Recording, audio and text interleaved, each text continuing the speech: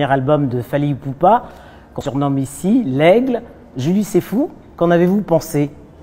Ben, comme toujours, il nous a ramené un peu plus haut, comme d'habitude. C'est comme ça qu'on l'appelle Aigle, justement. Mais pour une fois, il est revenu sur sa rumba, parce que Fally Ipupa fait partie de la rumba au départ. Il a été bercé par la rumba dans sa commune natale, Bandalungu, à côté de Wenge Musica. Bien entendu, influencé par Papa Wemba, la rumba de Papa Wemba, bien entendu, de Koffi Olomide. Parce qu'il a découvert. Oui, qu'il a découvert et tout.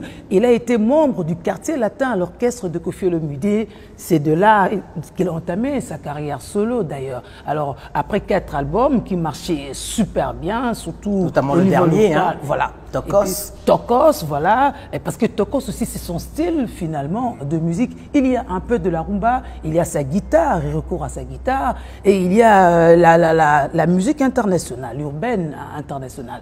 Alors avec Formule 7, on se demande pourquoi c'est 7, parce que c'est le 5e album, mais seul l'auteur de Formule maîtrise mieux, n'est-ce pas? Donc c'est Formule 7, c'est la rumba, ça nous berce, en tout cas ça cartonne, les gens sont d'accord avec. Sylvestre?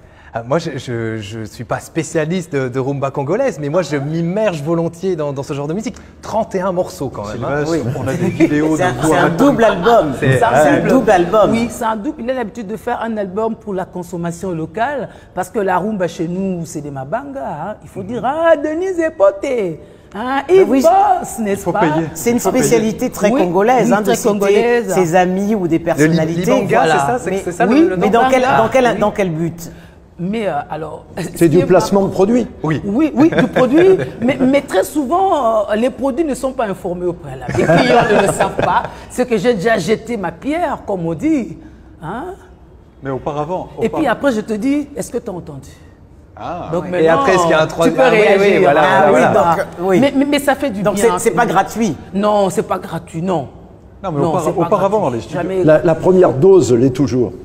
Mais auparavant dans les studios à Kinshasa, quand ils ont commencé, si j'ai bien compris, à enregistrer les premiers Rumba, il y avait vraiment les politiciens qui débarquaient dans les studios et qui payaient les chanteurs, à l'époque, que ce soit Franco ou d'autres, pour qu'on les cite. Donc ça se faisait dans ce sens-là à l'époque. Il paye toujours, il y a une liste. Koffi Olomide, par exemple, lui, quand il est au studio, il a une liste, il sait qui est-ce qu'il jette, qui est-ce qu'il ne jette pas.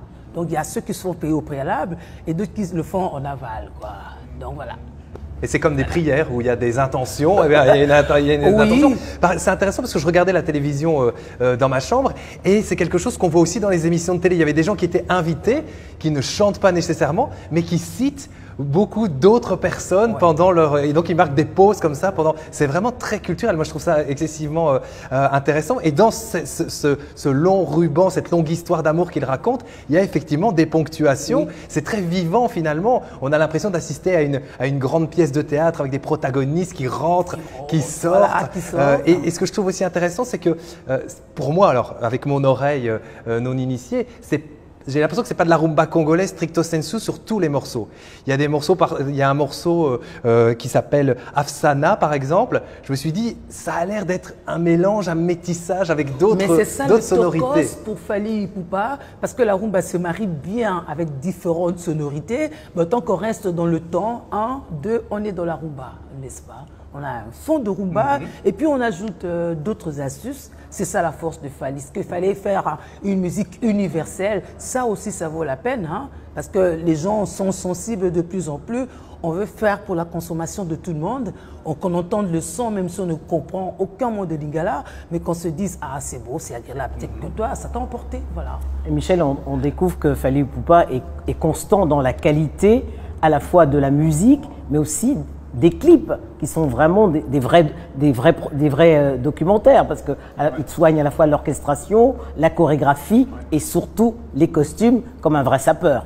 Absolument. Et il faut savoir maintenant, enfin je pense que j'enfonce des portes ouvertes, mais dans les musiciens de la génération de Fally Ipupa et encore celles qui sont plus jeunes, ils n'ont pas forcément grandi comme nous, enfin peut-être pas Julie, mais en tout cas comme moi, c'est-à-dire où il y avait la vidéo d'un côté et puis il y avait la musique de l'autre. Aujourd'hui, la musique va avec la vidéo, tout le monde écoute de la musique sur YouTube, donc il faut quand même qu'il y ait des images avec, donc ils ont grandi avec ça, et souvent d'ailleurs, il y a quand même pas mal de musiciens désormais qui sont à la fois musiciens, puis qui sont un peu, voire beaucoup réalisateurs. On ne fait plus de la musique sans l'image. Et Fally Ipupa, oui, est devenu un incontournable de la musique depuis tous ses albums maintenant. Alors, il a fait partie de Quartier Latin, bien sûr. Après, il s'est émancipé, c'est ça qui est rigolo. C'est-à-dire qu'après les 7 années qu'il a passées au sein de Quartier Latin, il s'est émancipé de Koffi Olomidé. Il a demandé une mise en disponibilité. Oui, mais Koffi n'était pas d'accord. Qui est indéfini.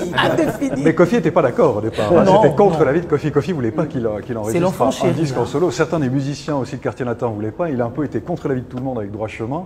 Et puis, ça a été le succès qu'on connaît. Et depuis, effectivement, il occupe le terrain de la musique. Par la rumba d'abord, puis après il y a eu ces Tocos 1 et 2 qui l'ont amené dans la musique un peu plus urbaine. Enfin, c'est vraiment quelqu'un qui dépasse le continent africain. Et puis c'est rigolo de le voir avec la qualité qui est la sienne, comme vous le disiez Denise, et ben, revenir avec ses 31 titres pour cet album. Et une sorte de longue playlist, c'est magnifique à écouter vraiment. Non seulement il y a 31 titres, mais il faut rajouter le fait qu'ils font tous 7 minutes. C'est une playlist en soi, ça s'écoute. Je crois qu'en RDC, aucune chanson ne fait moins de 7 minutes. Normalement, c'est moyenne. Sinon, c'est plus congolais. Sinon, c'est plus congolais. Ça prend du temps de nommer tout le monde. Hein, Est-ce que c'est un mouvement qu'on retrouve chez les artistes d'une jeune génération, c'est-à-dire ils s'émancipent des racines, ils vont voir ailleurs, ils mélangent et puis à un moment donné ils reviennent, parce que Fally Ipupa c'est ça, quand on regarde, je ne sais pas si c'est un album sur 2, mais il s'émancipe au cours d'un album, il mélange très